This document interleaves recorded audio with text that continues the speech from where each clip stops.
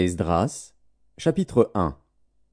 La première année de Cyrus, roi de Perse, afin que s'accomplît la parole de l'Éternel prononcée par la bouche de Jérémie, l'Éternel réveilla l'esprit de Cyrus, roi de Perse, qui fit faire de vive voix et par écrit cette publication dans tout son royaume. Ainsi parle Cyrus, roi des Perses. L'Éternel, le Dieu des cieux, m'a donné tous les royaumes de la terre, et il m'a commandé de lui bâtir une maison à Jérusalem en Juda. Qui d'entre vous est de son peuple? Que son Dieu soit avec lui, et qu'il monte à Jérusalem en Juda et bâtisse la maison de l'Éternel, le Dieu d'Israël. C'est le Dieu qui est à Jérusalem. Dans tout lieu où séjournent des restes du peuple de l'Éternel, les gens du lieu leur donneront de l'argent, de l'or, des effets et du bétail, avec des offrandes volontaires pour la maison de Dieu qui est à Jérusalem. Les chefs de famille de Juda et de Benjamin, les sacrificateurs et les Lévites, tous ceux dont Dieu réveilla l'esprit, se levèrent pour aller bâtir la maison de l'Éternel à Jérusalem. Tous leurs alentours leur donnèrent des objets d'argent, de l'or, des effets, du bétail et des choses précieuses, outre toutes les offrandes volontaires. Le roi Cyrus rendit les ustensiles de la maison de l'Éternel que Nebuchadnezzar avait emportés de Jérusalem et placés dans la maison de son Dieu. Cyrus, roi de Perse, les fit sortir par Mithrédate, le trésorier, qui les remit à Sheshbatsar, prince de Juda. En voici le nombre: 30 bassins d'or, 1000 bassins d'argent, 29 couteaux, 30 coupes d'or, 410 coupes d'argent de second ordre, 1000 autres ustensiles. Tous les objets d'or et d'argent étaient au nombre de 5400. Sheshbatsar emporta le tout de Babylone à Jérusalem au retour de la captivité. Esdras, chapitre 10. Pendant qu'Esdras, pleurant et prosterné devant la maison de Dieu, faisait cette prière et cette confession, il s'était rassemblé auprès de lui une foule très nombreuse de gens d'Israël, hommes, femmes et enfants, et le peuple répandait d'abondantes larmes. Alors Shekania, fils de Jéhiel, d'entre les fils d'Élam, prit la parole et dit à Esdras: « Nous avons péché contre notre Dieu, en nous alliant à des femmes étrangères qui appartiennent au peuple du pays. Mais Israël ne reste pas pour cela sans espérance. Faisons maintenant une alliance avec notre Dieu pour le renvoi de toutes ces femmes et de leurs enfants, selon l'avis de mon Seigneur et de ceux qui tremblent devant les commandements de notre Dieu, et que l'on agisse d'après la loi. Lève-toi, car cette affaire te regarde. Nous serons avec toi. Prends courage et agis. » Esdras se leva, et il fit jurer aux chefs des sacrificateurs, des Lévites et de tout Israël, de faire ce qui venait d'être dit. Et ils le jurèrent. Puis Esdras se retira de devant la maison de Dieu, et il alla dans la chambre de Jochanan, fils d'Eliashib. Quand il y fut entré, il ne mangea point de pain et il ne but point d'eau, parce qu'il était dans la désolation à cause du péché des fils de la captivité. On publia dans Juda et à Jérusalem que tous les fils de la captivité eussent à se réunir à Jérusalem, et que, d'après l'avis des chefs et des anciens, quiconque ne s'y serait pas rendu dans 3 jours aurait tous ses biens confisqués et serait lui-même exclu de l'assemblée des fils de la captivité. Tous les hommes de Juda et de Benjamin se rassemblèrent à Jérusalem dans les 3 jours. C'était le 20e jour du 9e mois. Tout le peuple se tenait sur la place de la maison de Dieu, tremblant à cause de la circonstance et par suite de la pluie. Esdras, le sacrificateur, se leva et leur dit: « Vous avez péché en vous alliant à des femmes étrangères, et vous avez rendu Israël encore plus coupable. Confessez maintenant votre faute à l'Éternel, le Dieu de vos pères, et faites sa volonté. Séparez-vous des peuples du pays et des femmes étrangères. » Toute l'assemblée répondit d'une voix haute: « À nous de faire comme tu l'as dit. » Mais le peuple est nombreux, le temps est à la pluie, et il n'est pas possible de rester dehors. D'ailleurs, ce n'est pas l'œuvre d'un jour ou 2, car il y en a beaucoup parmi nous qui ont péché dans cette affaire. Que nos chefs restent donc pour toute l'assemblée, et tous ceux qui dans nos villes se sont alliés à des femmes étrangères viendront à des époques fixes, avec les anciens et les juges de chaque ville, jusqu'à ce que l'ardente colère de notre Dieu se soit détournée de nous au sujet de cette affaire. Jonathan, fils d'Azaël, et Jachzia, fils de Tikva, appuyés par Meshulam et par le Lévite Shabtaï, furent les seuls à combattre cet avis, auquel se conformèrent les fils de la captivité. On choisit Esdras, le sacrificateur, et des chefs de famille selon leur maison paternelle, tous désignés par leur nom. Et ils siégèrent le premier jour du 10e mois pour s'occuper de la chose. Le premier jour du premier mois, ils en finirent avec tous les hommes qui s'étaient alliés à des femmes étrangères. Parmi les fils de sacrificateurs, il s'en trouva qui s'étaient alliés à des femmes étrangères, des fils de Josué, fils de Jotsadak, et de ses frères, Maazéja, Éliézer, Jarib et Guédalia, qui s'engagèrent, en donnant la main, à renvoyer leurs femmes et à offrir un bélier en sacrifice de culpabilité. Des fils d'Immer, Anani et Zébadia, des fils de Harim, Maazéja, Éli, Shemaéja, Jéhiel et Osias, des fils de Pashur, Eljoénaï, Maazéja, Ismaël, Nethanil, Josabad et Éléasa. Parmi les Lévites, Josabad, Shiméi, Kélaja ou Kélita, Pétajja, Juda et Éliézer. Parmi les chantres, Eliashib. Parmi les portiers, Shalom, Télem et Uri. Parmi ceux d'Israël, des fils de Paréosh, Ramia, Jizija, Malkija, Mijamin, Éléazar, Malkija et Benaja. Des fils d'Élam, Matania, Zacharie, Jéhiel, Abdi, Jérémoth et Éli. Des fils de Tzatu, Eljoénaï, Eliashib, Matania, Jérémoth, Zabad et Aziza. Des fils de Bébaï, Jokanan, Hanania, Zabaï et Atlaï. Des fils de Bani, Meshulam, Maluk, Adaja, Jashub, Shial et Ramoth. Des fils de Pachat Moab, Adna, Kelal, Benaja, Maazéja, Matania, Betsalil, Binui et Manassé. Des fils de Harim, Éliézer, Jishija, Malkija, Shemaéja, Siméon, Benjamin, Maluk et Shemaria.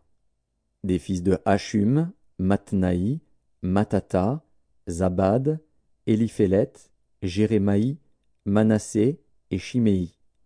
Des fils de Bani, Madaï, Amram, Uel, Benaja, Bédia, Kélu, Vania, Mérémoth, Eliashib, Matania, Matnaï, Jaazaï, Bani, Binui, Shiméi, Shélémia, Nathan, Adaja, Maknadbaï, Shashaï, Sharaï, Azaril, Shélémia, Shemaria, Shalom, Amaria et Joseph. Des fils de Nebo, Jéhiel, Matitsia, Zabad, Zébina, Jadaï, Joël et Benaja. Tout cela avait pris des femmes étrangères, et plusieurs en avaient eu des enfants. Esdras, chapitre 2. Voici ceux de la province qui revinrent de l'exil, ceux que Nebuchadnezzar, roi de Babylone, avait emmenés captifs à Babylone et qui retournèrent à Jérusalem et en Juda, chacun dans sa ville. Ils partirent avec Zorobabel, Josué, Néhémie, Séraja, Réélaja, Mardoché, Bilshan, Mispar, Bigvaï, Réhum, Baana.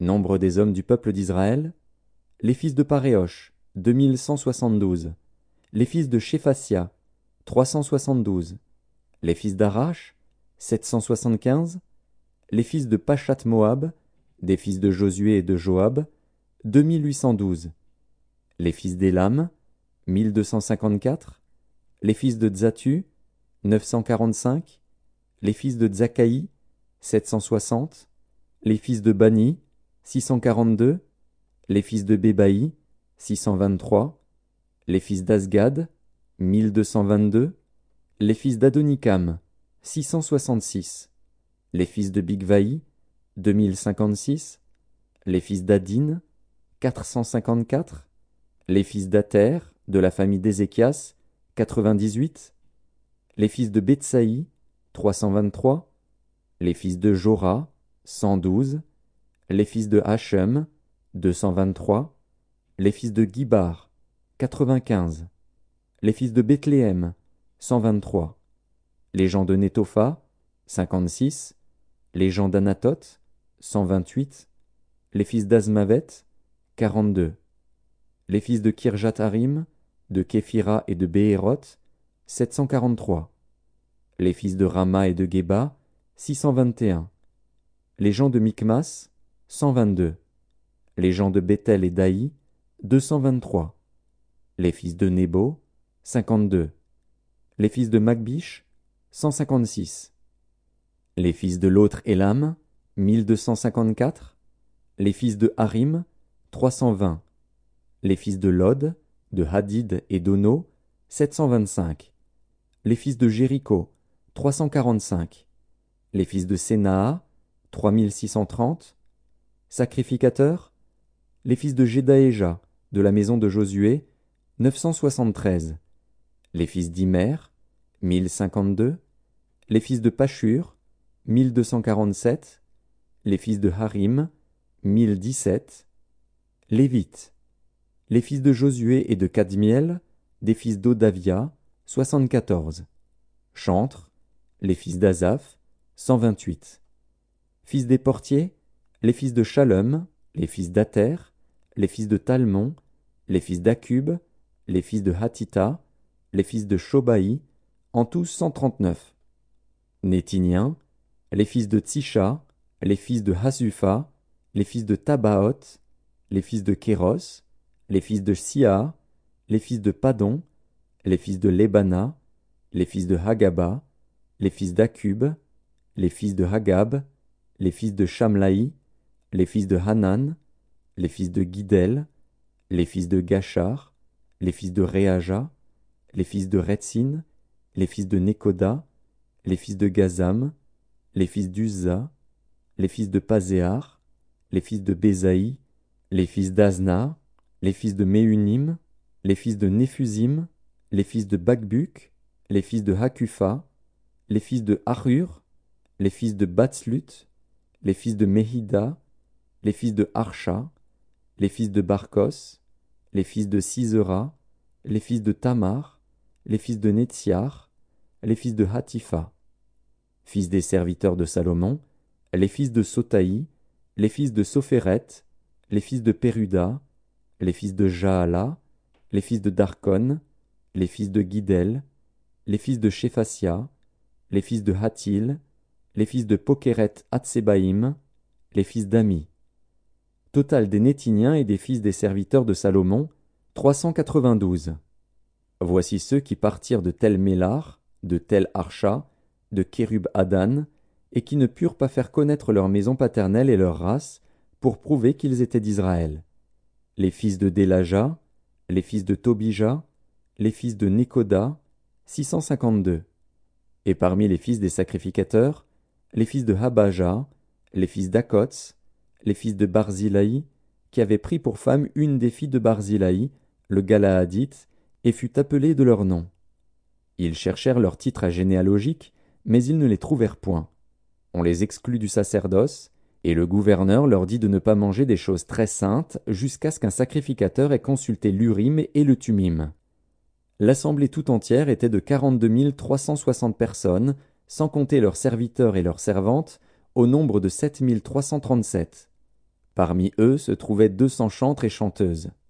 Ils avaient 736 chevaux, 245 mulets, 435 chameaux et 6720 ânes.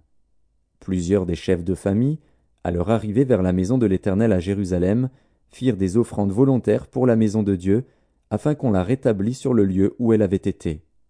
Ils donnèrent au trésor de l'œuvre, selon leurs moyens, 61 000 dariquets d'or, 5 000 mines d'argent et 100 tuniques sacerdotales. Les sacrificateurs et les Lévites, les gens du peuple, les chantres, les portiers et les Nétiniens s'établirent dans leurs villes. Tout Israël habita dans ces villes. Esdras, chapitre 3. Le 7e mois arriva, et les enfants d'Israël étaient dans leurs villes. Alors le peuple s'assembla comme un seul homme à Jérusalem. Josué, fils de Jotsadak, avec ses frères les sacrificateurs, et Zorobabel, fils de Shealtiel, avec ses frères, se levèrent et bâtirent l'autel du Dieu d'Israël, pour y offrir des holocaustes, selon ce qui est écrit dans la loi de Moïse, homme de Dieu. Ils rétablirent l'autel sur ses fondements, quoiqu'ils eussent à craindre les peuples du pays, et ils y offrirent des holocaustes à l'Éternel, les holocaustes du matin et du soir. Ils célébrèrent la fête des tabernacles, comme il est écrit, et ils offrirent jour par jour des holocaustes, selon le nombre ordonné pour chaque jour. Après cela, ils offrirent l'holocauste perpétuel, les holocaustes des nouvelles lunes et de toutes les solennités consacrées à l'Éternel, et ceux de quiconque faisait des offrandes volontaires à l'Éternel. Dès le premier jour du 7e mois, ils commencèrent à offrir à l'Éternel des holocaustes. Cependant les fondements du temple de l'Éternel n'étaient pas encore posés. On donna de l'argent aux tailleurs de pierre et aux charpentiers, et des vivres, des boissons et de l'huile aux Sidoniens et aux Tyriens, pour qu'ils amenassent par mer jusqu'à Japhos des bois de cèdre du Liban, suivant l'autorisation qu'on avait eue de Cyrus, roi de Perse. La seconde année depuis leur arrivée à la maison de Dieu à Jérusalem, au second mois, Zorobabel, fils de Shealtiel, Josué, fils de Jotsadak, avec le reste de leurs frères les sacrificateurs et les Lévites, et tous ceux qui étaient revenus de la captivité à Jérusalem, se mirent à l'œuvre et chargèrent les Lévites de 20 ans et au-dessus de surveiller les travaux de la maison de l'Éternel. Et Josué, avec ses fils et ses frères, Kadmiel, avec ses fils de Juda, les fils de Henadad, avec leurs fils et leurs frères les Lévites, se préparèrent tous ensemble à surveiller ceux qui travaillaient à la maison de Dieu. Lorsque les ouvriers posèrent les fondements du temple de l'Éternel, on fit assister les sacrificateurs en costume, avec les trompettes, et les Lévites, fils d'Asaph, avec les cymbales, afin qu'ils célébrassent l'Éternel, d'après les ordonnances de David, roi d'Israël. Ils chantaient, célébrant et louant l'Éternel par ces paroles, « Car il est bon, car sa miséricorde pour Israël dure à toujours. » Et tout le peuple poussait de grands cris de joie en célébrant l'Éternel, parce qu'on posait les fondements de la maison de l'Éternel. Mais plusieurs des sacrificateurs et des Lévites, et des chefs de famille âgés, qui avaient vu la première maison, pleuraient à grand bruit pendant qu'on posait sous leurs yeux les fondements de cette maison. Beaucoup d'autres faisaient éclater leur joie par des cris, en sorte qu'on ne pouvait distinguer le bruit des cris de joie d'avec le bruit des pleurs parmi le peuple, car le peuple poussait de grands cris dont le son s'entendait au loin. Esdras, chapitre 4. Les ennemis de Juda et de Benjamin apprirent que les fils de la captivité bâtissaient un temple à l'Éternel, le Dieu d'Israël. Ils vinrent auprès de Zorobabel et des chefs de famille, et leur dirent « Nous bâtirons avec vous, car, comme vous, nous invoquons votre Dieu, et nous lui offrons des sacrifices depuis le temps d'Esaradon, roi d'Assyrie, qui nous a fait monter ici. » Mais Zorobabel, Josué, et les autres chefs des familles d'Israël leur répondirent « Ce n'est pas à vous et à nous de bâtir la maison de notre Dieu. Nous la bâtirons nous seuls à l'Éternel, le Dieu d'Israël, comme nous l'a ordonné le roi Cyrus, roi de Perse. » Alors les gens du pays découragèrent le peuple de Juda. Ils l'intimidèrent pour l'empêcher de bâtir, et ils gagnèrent à prix d'argent des conseillers pour faire échouer son entreprise. Il en fut ainsi pendant toute la vie de Cyrus, roi de Perse, et jusqu'au règne de Darius, roi de Perse. Sous le règne d'Assuérus, au commencement de son règne, ils écrivirent une accusation contre les habitants de Juda et de Jérusalem. Et du temps d'Artaxercès, Bishlam, Mithrédas, Tabil et le reste de leurs collègues écrivirent à Artaxercès, roi de Perse. La lettre fut transcrite en caractère araméen et traduite en araméen. Réhum, gouverneur, et Shimshaï, secrétaire, écrivirent au roi Artaxercès la lettre suivante concernant Jérusalem.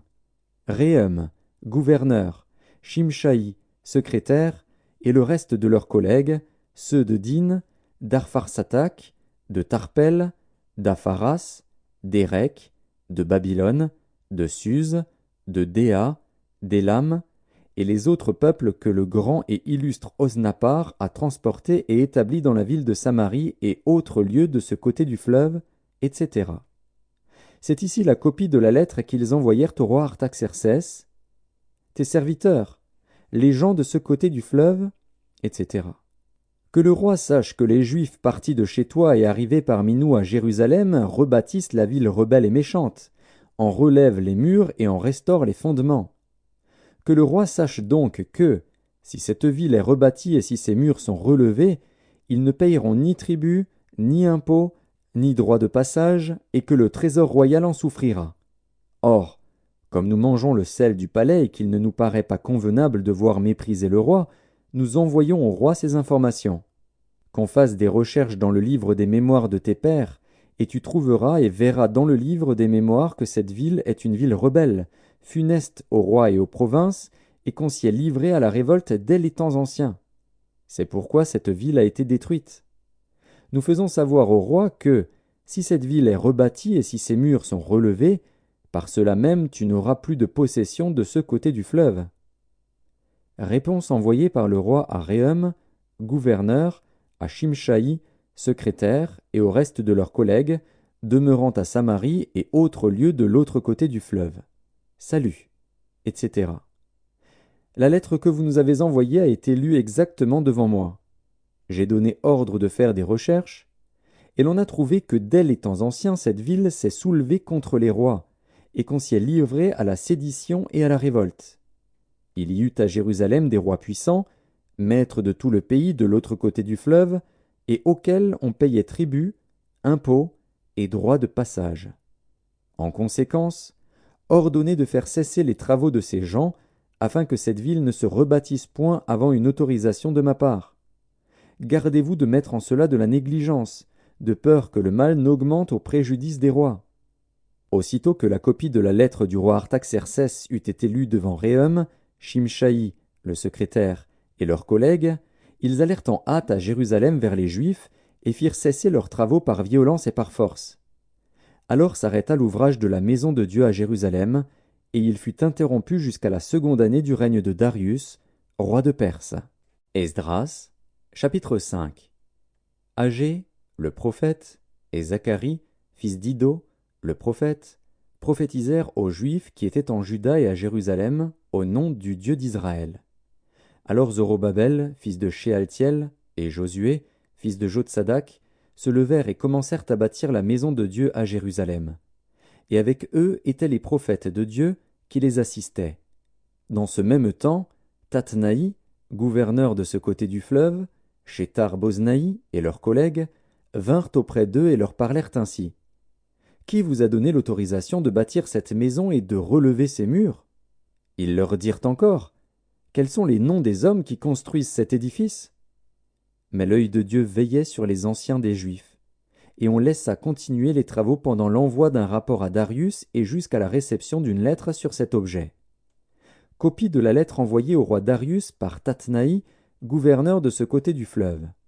Shethar-Boznaï et leurs collègues d'Apharzak, demeurant de ce côté du fleuve. Ils lui adressèrent un rapport ainsi conçu. Ô roi Darius, salut.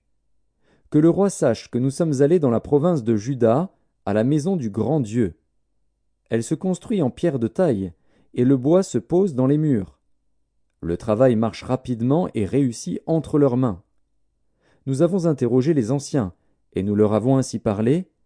Qui vous a donné l'autorisation de bâtir cette maison et de relever ses murs?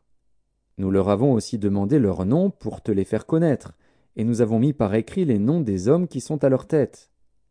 Voici la réponse qu'ils nous ont faite.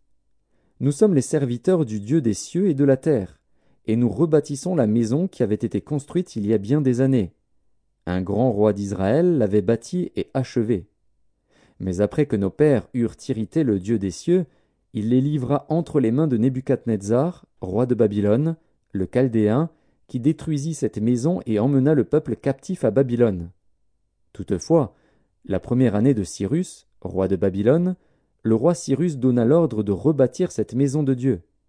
Et même le roi Cyrus ôta du temple de Babylone les ustensiles d'or et d'argent de la maison de Dieu que Nebuchadnezzar avait enlevés du temple de Jérusalem et transportés dans le temple de Babylone.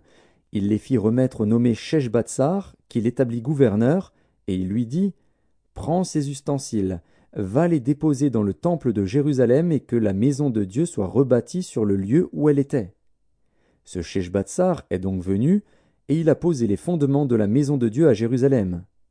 Depuis lors jusqu'à présent elle se construit, et elle n'est pas achevée. Maintenant, si le roi le trouve bon, que l'on fasse des recherches dans la maison des trésors du roi à Babylone, pour voir s'il y a eu de la part du roi Cyrus un ordre donné pour la construction de cette maison de Dieu à Jérusalem. Puis, que le roi nous transmette sa volonté sur cet objet. Esdras, chapitre 6. Alors le roi Darius donna ordre de faire des recherches dans la maison des archives où l'on déposait les trésors à Babylone. Et l'on trouva à Achméta, capitale de la province de Médie, un rouleau sur lequel était écrit le mémoire suivant. La première année du roi Cyrus, le roi Cyrus a donné cet ordre au sujet de la maison de Dieu à Jérusalem, que la maison soit rebâtie pour être un lieu où l'on offre des sacrifices et qu'elle ait des solides fondements. Elle aura 60 coudées de hauteur, 60 coudées de largeur, 3 rangées de pierres de taille et 1 rangée de bois neuf. Les frais seront payés par la maison du roi. De plus, les ustensiles d'or et d'argent de la maison de Dieu, que Nebuchadnezzar avait enlevés du temple de Jérusalem et transportés à Babylone, seront rendus, transportés au temple de Jérusalem à la place où ils étaient, et déposés dans la maison de Dieu. Maintenant, Tatnaï, gouverneur de l'autre côté du fleuve, Shethar-Boznaï et vos collègues d'Apharzak, qui demeuraient de l'autre côté du fleuve, tenez-vous loin de ce lieu. Laissez continuer les travaux de cette maison de Dieu. Que le gouverneur des Juifs et les anciens des Juifs la rebâtissent sur l'emplacement qu'elle occupait. Voici l'ordre que je donne touchant ce que vous aurez à faire à l'égard de ces anciens des Juifs pour la construction de cette maison de Dieu. Les frais, pris sur les biens du roi provenant des tribus de l'autre côté du fleuve, seront exactement payés à ces hommes, afin qu'il n'y ait pas d'interruption. Les choses nécessaires pour les holocaustes du Dieu des cieux, jeunes taureaux, béliers et agneaux, froment, sel, vin et huile, seront livrés, sur leur demande, aux sacrificateurs de Jérusalem, jour par jour et sans manquer, afin qu'ils offrent des sacrifices de bonne odeur au Dieu des cieux et qu'ils prient pour la vie du roi et de ses fils. Et voici l'ordre que je donne touchant quiconque transgressera cette parole. On arrachera de sa maison une pièce de bois, on la dressera pour qu'il y soit attaché, et l'on fera de sa maison un tas d'immondices. Que le Dieu qui fait résider en ce lieu son nom renverse tout roi et tout peuple qui étendrait la main pour transgresser ma parole, pour détruire cette maison de Dieu à Jérusalem. Moi, Darius, j'ai donné cet ordre, qu'il soit ponctuellement exécuté. Tatnaï, gouverneur de ce côté du fleuve, Shethar-Boznaï et leurs collègues se conformèrent ponctuellement à cet ordre que leur envoya le roi Darius. Et les anciens des Juifs bâtirent avec succès, selon les prophéties d'Agé, le prophète, et de Zacharie, fils d'Iddo, ils bâtirent et achevèrent, d'après l'ordre du Dieu d'Israël et d'après l'ordre de Cyrus, de Darius et d'Artaxercès, roi de Perse. La maison fut achevée le 3e jour du mois d'Adar, dans la 6e année du règne du roi Darius. Les enfants d'Israël, les sacrificateurs et les Lévites, et le reste des fils de la captivité firent avec joie la dédicace de cette maison de Dieu. Ils offrirent, pour la dédicace de cette maison de Dieu, 100 taureaux, 200 béliers, 400 agneaux, et, comme victime expiatoire pour tout Israël, 12 boucs, d'après le nombre des tribus d'Israël. Ils établirent les sacrificateurs selon leur classe et les Lévites selon leur division pour le service de Dieu à Jérusalem, comme il est écrit dans le livre de Moïse. Les fils de la captivité célébrèrent la Pâque le 14e jour du 1er mois. Les sacrificateurs et les Lévites s'étaient purifiés de concert, tous étaient purs. Ils immolèrent la Pâque pour tous les fils de la captivité, pour leurs frères les sacrificateurs, et pour eux-mêmes. Les enfants d'Israël revenus de la captivité mangèrent la Pâque, avec tous ceux qui s'étaient éloignés de l'impureté des nations du pays et qui se joignirent à eux pour chercher l'Éternel, le Dieu d'Israël. Ils célébrèrent avec joie pendant 7 jours la fête des pains sans levain, car l'Éternel les avait réjouis en disposant le roi d'Assyrie à les soutenir dans l'œuvre de la maison de Dieu, du Dieu d'Israël. Esdras, chapitre 7. Après ces choses, sous le règne d'Artaxercès, roi de Perse, vint Esdras, fils de Séraja, fils d'Azaria, fils de Hilkija, fils de Shallum, fils de Tsadok, fils d'Akitub, fils d'Amaria, fils d'Azaria, fils de Mérajot, fils de Zérakja, fils d'Uzi, fils de Buki, fils d'Abishua, fils de Phiné, fils d'Éléazar, fils d'Aaron, le souverain sacrificateur. Cet Esdras vint de Babylone. C'était un scribe versé dans la loi de Moïse, donné par l'Éternel, le Dieu d'Israël. Et comme la main de l'Éternel, son Dieu, était sur lui, le roi lui accorda tout ce qu'il avait demandé. Plusieurs des enfants d'Israël, des sacrificateurs et des Lévites, des chantres, des portiers et des Néthiniens vinrent aussi à Jérusalem la 7e année du roi Artaxercès. Esdras arriva à Jérusalem au 5e mois de la 7e année du roi. Il était parti de Babylone le 1er jour du 1er mois, et il arriva à Jérusalem le 1er jour du 5e mois, la bonne main de son Dieu étant sur lui. Car Esdras avait appliqué son cœur à étudier et à mettre en pratique la loi de l'Éternel, et à enseigner au milieu d'Israël les lois et les ordonnances. Voici la copie de la lettre donnée par le roi Artaxercès à Esdras, sacrificateur et scribe, enseignant les commandements et les lois de l'Éternel concernant Israël. Artaxercès, roi des rois, à Esdras, sacrificateur et scribe, versé dans la loi du Dieu des cieux, etc. J'ai donné ordre de laisser aller tous ceux du peuple d'Israël, de ses sacrificateurs et de ses Lévites, qui se trouvent dans mon royaume, et qui sont disposés à partir avec toi pour Jérusalem.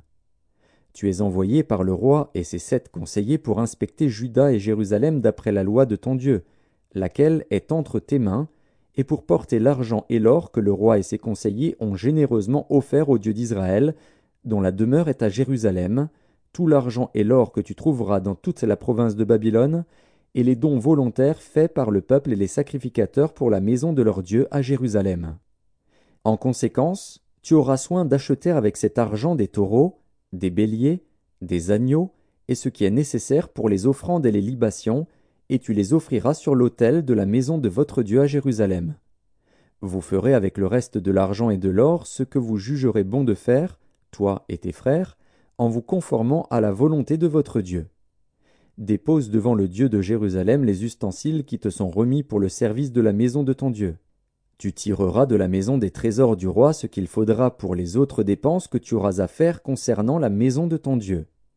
Moi, le roi Artaxercès, je donne l'ordre à tous les trésoriers de l'autre côté du fleuve de livrer exactement à Esdras, sacrificateur et scribe, versé dans la loi du Dieu des cieux, tout ce qu'il vous demandera, jusqu'à 100 talents d'argent, 100 corps de froment, 100 battes de vin, 100 battes d'huile et du sel à discrétion. Que tout ce qui est ordonné par le Dieu des cieux se fasse ponctuellement pour la maison du Dieu des cieux, afin que sa colère ne soit pas sur le royaume, sur le roi et sur ses fils.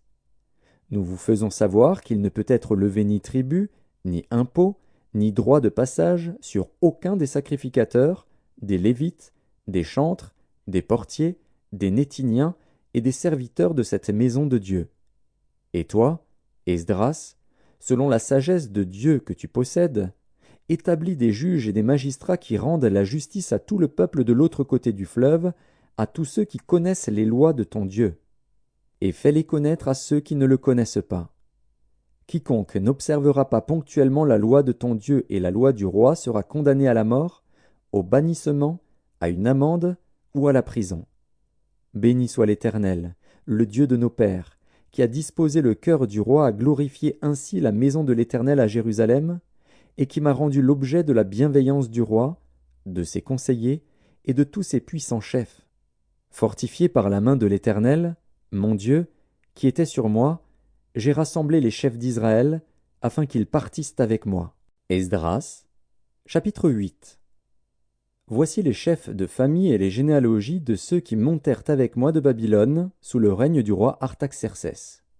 Des fils de Phiné, Gershom. Des fils d'Ithamar, Daniel.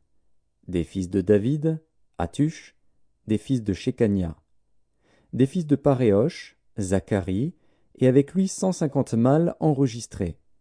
Des fils de Pachat-Moab, Eljoénaï, fils de Jérakja, et avec lui 200 mâles.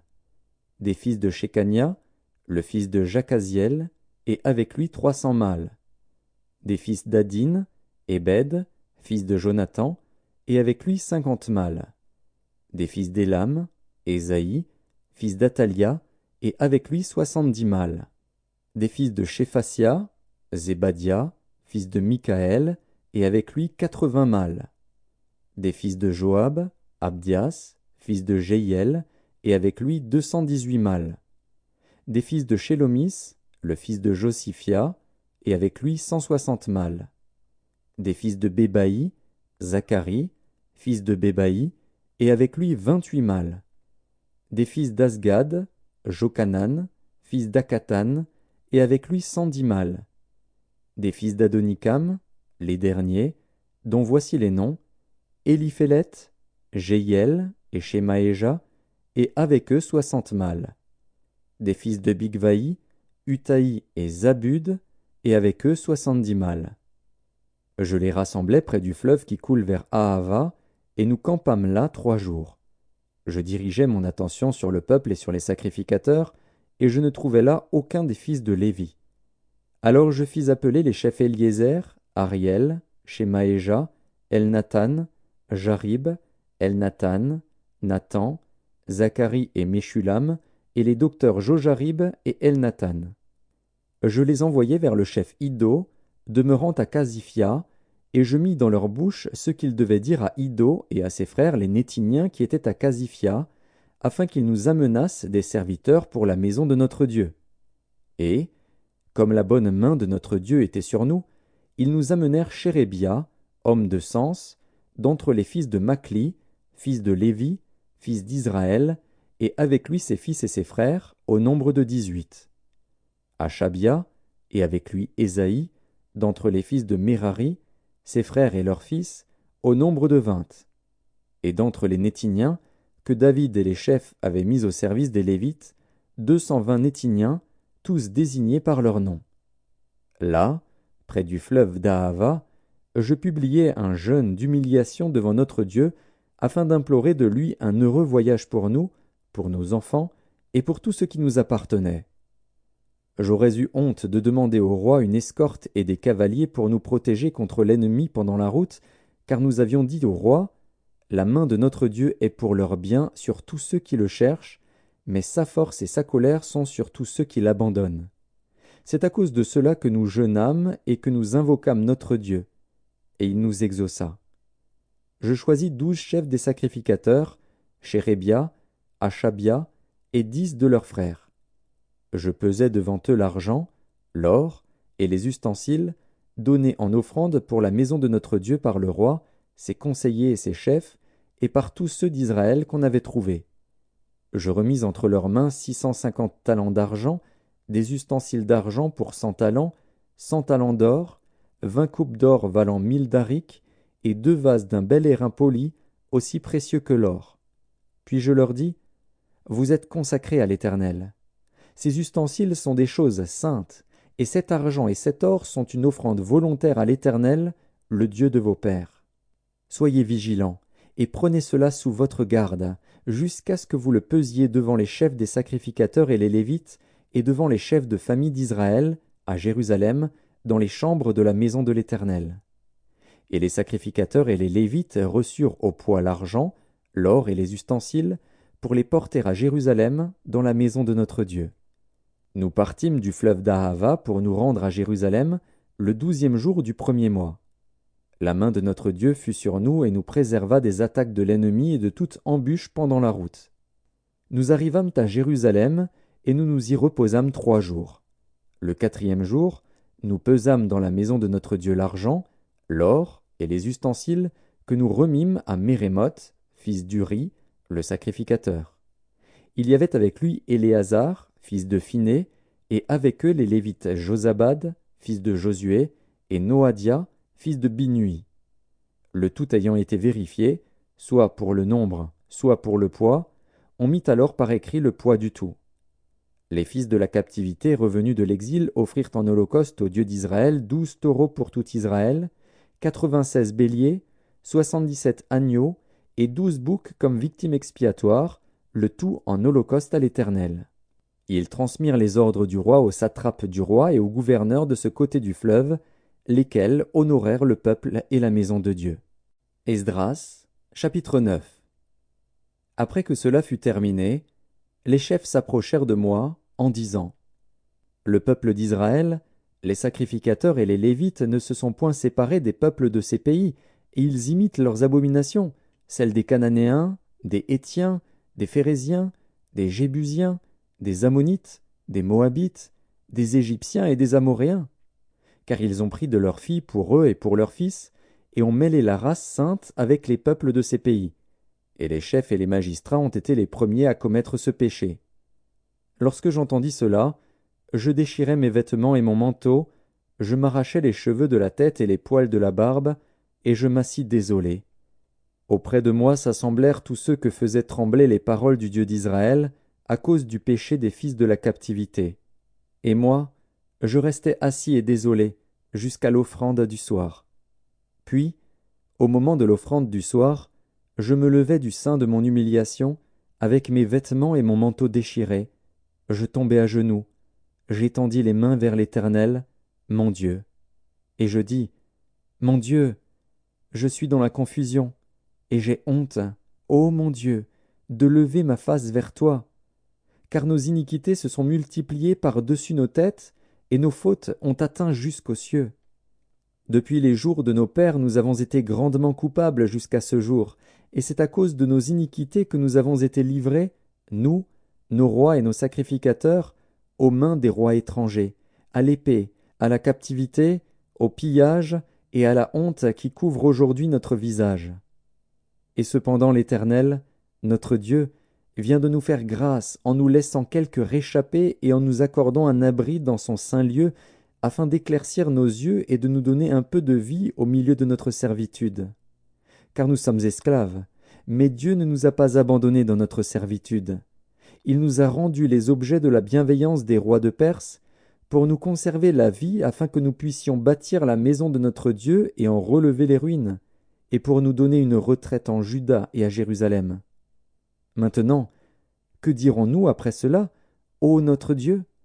Car nous avons abandonné tes commandements, que tu nous avais prescrits par tes serviteurs les prophètes, en disant, « Le pays dans lequel vous entrez pour le posséder est un pays souillé par les impuretés des peuples de ces contrées, par les abominations dont ils l'ont rempli d'un bout à l'autre avec leurs impuretés. Ne donnez donc point vos filles à leurs fils, et ne prenez point leurs filles pour vos fils, et n'ayez jamais souci ni de leur prospérité ni de leur bien-être, et ainsi vous deviendrez forts. Vous mangerez les meilleures productions du pays, et vous le laisserez pour toujours en héritage à vos fils. Après tout ce qui nous est arrivé à cause des mauvaises actions et des grandes fautes que nous avons commises, quoique tu ne nous aies pas, ô notre Dieu, punis en proportion de nos iniquités, et maintenant que tu nous as conservé ces réchappés, recommencerions-nous à violer tes commandements et à nous allier avec ces peuples abominables? Ta colère n'éclaterait-elle pas encore contre nous jusqu'à nous détruire, sans laisser ni reste ni réchappé? Éternel, Dieu d'Israël, tu es juste, car nous sommes aujourd'hui un reste de réchappés. Nous voici devant toi comme des coupables, et nous ne saurions ainsi subsister devant ta face.